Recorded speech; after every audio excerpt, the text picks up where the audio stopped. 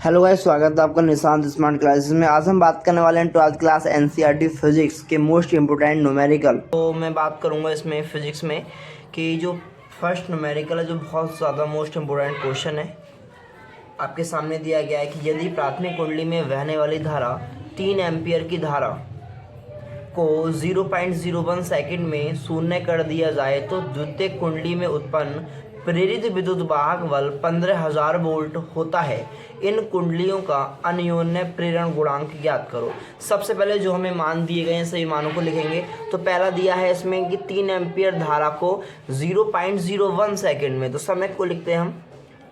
समय कितना दिया है, टी का मान दिया है इसमें 0.01। ठीक, धारा जो है वो 3 एम्पियर से 0 हो रही है। ठीक है, तो हम लिखेंगे डेल आई बराबर 0 से -3, कितना आ जाएगा, -3 हो जाएगा। आगे बात करूँ, इसमें दिया है विद्युत वाहक बल, तो ये होता है स्मॉल ई का मान। स्मॉल ई का मान दिया है आपको 15,000 वोल्ट।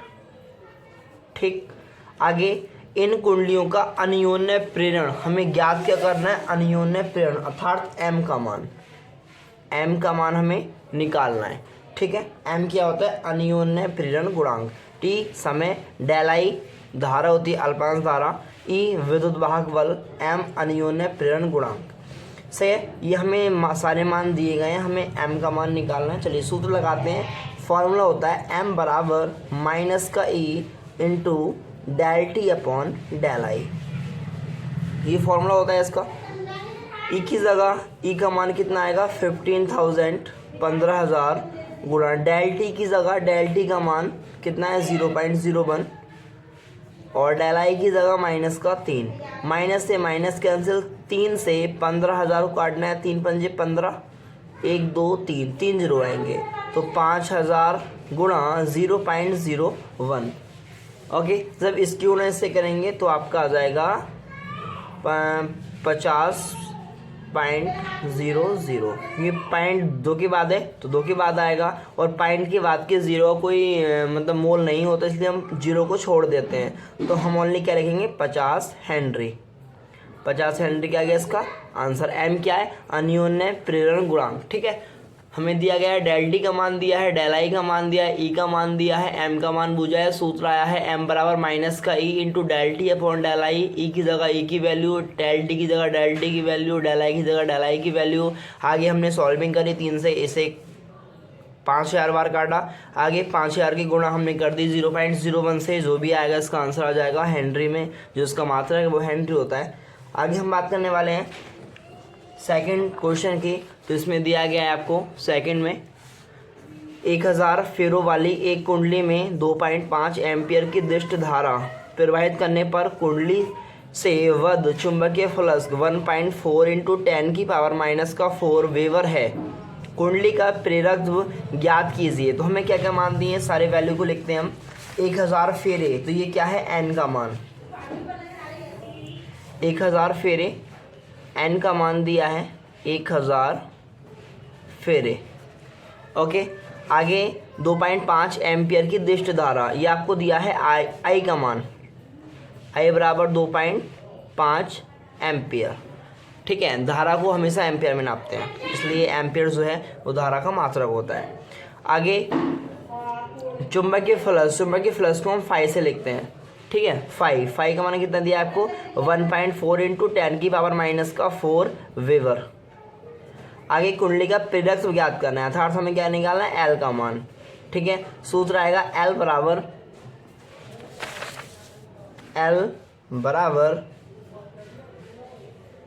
एन फाई अपॉन आई।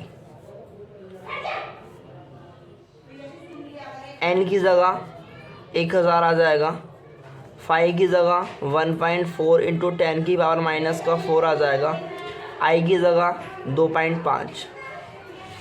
ठीक है, पॉइंट से पॉइंट को काट सकते हैं, 25 से 5 का 100, 1 0 बचेगा, 40, तो 40 गुणा 14 गुणा 10⁻⁻⁴।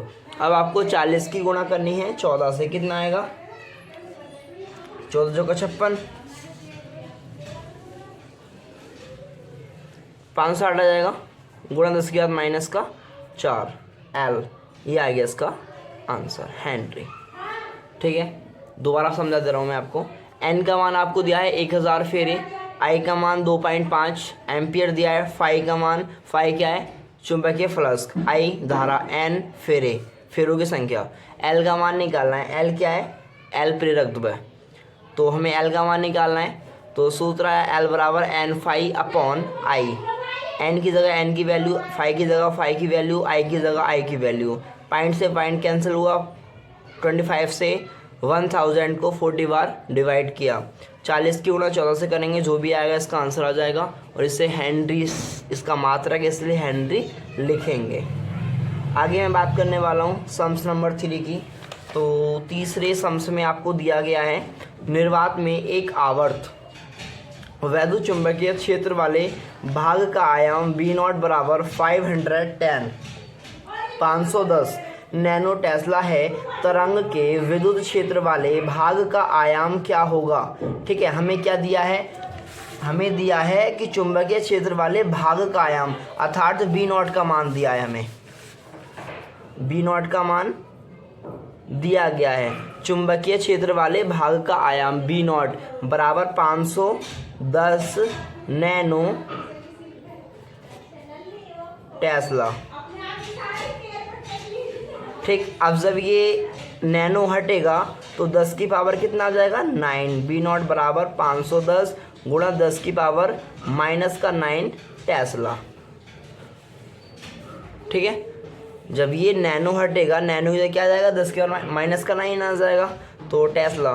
तो V0 का मान आ चुका है और हमें निकालना क्या है, E0 का मान। E0 क्या है, विद्युत क्षेत्र वाले भाग का आयाम। विद्युत क्षेत्र वाले भाग के आयाम को हम E0 लिखते हैं और चुंबकीय क्षेत्र वाले भाग के आयाम को B0 लिखते हैं। B0 क्या है, चुंबकीय क्षेत्र वाले भाग का आयाम B0 है और विद्युत क्षेत्र वाले भाग का आयाम क्या है, E0 है। हमें E0 का मान निकालना है, सही है। E0 का मान हमें फाइंड करना है। सूत्र आएगा E0 बराबर C गुणा B0। ये सवाल एग्जाम में आ चुका है, इसीलिए बहुत ज़्यादा मोस्ट इम्पोर्टेंट है, इसलिए आपको समझाने की कोशिश करूँगा। आपको E0 का मान निकाला है, C की जगह C की वैल्यू स्थिर होती है 3 गुणा 10 की पावर 8 गुणा, ये क्या है, C प्रकाश की चाल। ठीक है, B0 का मान आपको दिया है 510 गुणा 10 की पावर माइनस का 9। 510 की गुणा करेंगे हम 3 से तो 1530 आ जाएगा, गुणा 9 में से 8 जाएगा, माइनस का 1 बचेगा, ये क्या आ गया, वोल्ट प्रति मीटर। ठीक है, ये क्या आ गया, E0 का मान। E0 क्या है, विद्युत क्षेत्र वाले भाग का आयाम। ये क्या है, विद्युत क्षेत्र वाले भाग का आयाम, वाले भाग का आयाम, जो कि हमें निकालना था, आयाम। चलिए अब बात करते हैं नेक्स्ट सम्स की। तो आपको दिया गया है, दो प्रकाश तरंगों की तीव्रताओं का अनुपात 81:49 है, उनके आयामों का क्या अनुपात होगा? हमें क्या दिया गया है, दो तरंगों की तीव्रताओं का अनुपात, हमसे क्या पूछा है, उनके आयामों का अनुपात। चलिए हम लिखते हैं पहले सवाल को, क्या क्या मान दिए गए हैं। सर देखिए, सबसे पहले हमें सवाल में मान छांटने आने चाहिए, उसके बाद में सूत्र याद होना चाहिए, सूत्र में मान रखने आने चाहिए, रखने के बाद हमसे कैलकुलेशन आने चाहिए, कैलकुलेशन आने के बाद में हमें मात्रक भी याद होना चाहिए। इन सभी स्टेपों को फॉलो करने के बाद अगर आपने सही प्रकार से किया है तब आपका सवाल सही होगा, वरना न्यूमेरिकल आपका गलत हो जाएगा। ठीक है, सवाल गलत नहीं होना चाहिए आपका। तो आपको क्या दिया गया इसमें, माना पहली तरंग की तीव्रता I1, ठीक, तथा दूसरी तरंग की तीव्रता I2 है, व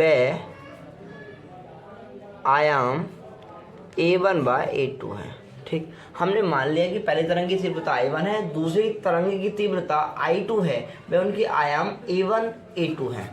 ठीक है, अब हमें क्या दिया गया है, I1 अपॉन I2 का मान क्या दिया गया है 81/49। ठीक है, हमें वैल्यू दी है ना सवाल में। चलिए हमसे पूछा क्या है A1 अपॉन A2 का मान हमें निकालना है अर्थात फाइंड करना है। तो इसका फॉर्मूला क्या आएगा I1 अपॉन I2 बराबर A1 अपॉन A2 का होल स्क्वायर। ये इसका सूत्र होता है। हमें क्या निकालना है A1 अपॉन A2, तो यहाँ से स्क्वायर जब हटेगा इधर रूट आ जाएगा, रूट में I1 अपॉन I2 बराबर क्या आएगा A1 अपॉन A2। ठीक, अब हम A1 अपॉन A2 का मान निकालेंगे तो I1 I2 की जगह मान रखेंगे। इसका कितना है मान, इसका 81/49 दिया है आपको सवाल के अंदर। जब 81 से रूट बाहर आएगा तो क्या चीज़ बाहर आएगी 9, क्योंकि 81 जो होता है वो 9 का वर्गमूल होता है। 9 का वर्गमूल कितना होता है 81, तो 81 से 9 बाहर आएगा, 49 से 7 बाहर आएगा। A1 अपॉन A2, तो ये क्या आ गया, इसका आंसर आ चुका है आपके सामने, कोई दिक्कत नहीं है। ठीक है, वैसे भी ज़्यादा इतना हार्ड सवाल नहीं है। और ये चारों सवाल ही जो मैंने आपको सिखाया बहुत ही मोस्ट इम्पोर्टेंट क्वेश्चन है जो मैंने अलग अलग अनसोल्ड से छांट कर आपको लिखवाए हैं। चलिए अब बात करते हैं सम्स नंबर 5 की। बहुत ही इम्पोर्टेंट सम्स है।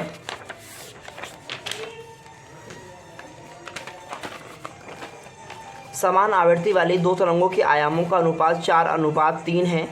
इनके अध्यारोपण से उत्पन्न परिणामी तरंग की अधिकतम तथा न्यूनतम तीव्रताओं का अनुपात ज्ञात करो। हमें निकालना क्या है Imax और Imin का मान। ठीक है, क्योंकि अधिकतम को बोलते हैं मैक्सिमम और न्यूनतम को हम बोलते हैं मिनिमम। ठीक है, हमें क्या दिया गया है आयामों का अनुपात अर्थात A1 अपॉन A2 का मान दिया है। देखिए तो इसमें आपको दिया गया है कि आयामों का अनुपात, तो पहले मान लेते हैं। माना पहली तरंग की तीव्रता I1 व दूसरी तरंग की तीव्रता I2 है, व उनके आयाम A1 व A2 हैं। ओके, मानने के बाद में अब जो मान दिया है उसे लिखेंगे। क्या दिया है आपको A1 अनुपात A2 का मान कितना दिया है 4:3। ओके, यहाँ से अगर मैं A1 का मान निकालूँ कितना आएगा 4x और A2 का मान कितना आएगा 3x। x को मान सकते हैं, जहाँ पर अनुपात में दिया जाएगा वहाँ पर अगर हम अलग अलग मान अलग अलग मान निकालें या करें तो वहाँ पर आपको एक x मानो या कुछ और मानो आपको मानना पड़ेगा। आगे हमें क्या निकालना है अधिकतम या न्यूनतम तीव्रता Imax Imin का मान हमें निकालना है। चलिए अब इसके सूत्र की बात करूँगा मैं। इसका सूत्र आता है Imax अपॉन Iminimum बराबर A1 प्लस A2 का स्क्वायर बटे A1 माइनस A2 का स्क्वायर। ओके, इस A1 के स्थान पर 4x आएगा, A2 के स्थान पर 3x आएगा, इसका होल स्क्वायर। A1 की जगह 4x माइनस 3x का स्क्वायर। 4 और 3 कितना होता है 7x का होल स्क्वायर बटे 4 में से 3 जाएगा 1 बचेगा यानी x का स्क्वायर। 7 का वर्ग 49x स्क्वायर बटे x स्क्वायर। इससे कैंसिल हो गया, कितना आ गया 49 बटे 1। ठीक है, हम कह सकते हैं कि I मैक्सिमम अनुपात I मिनिमम बराबर 49:1 के आ गया इसका आंसर। दोबारा बताने की फिर कोशिश करूंगा आपको।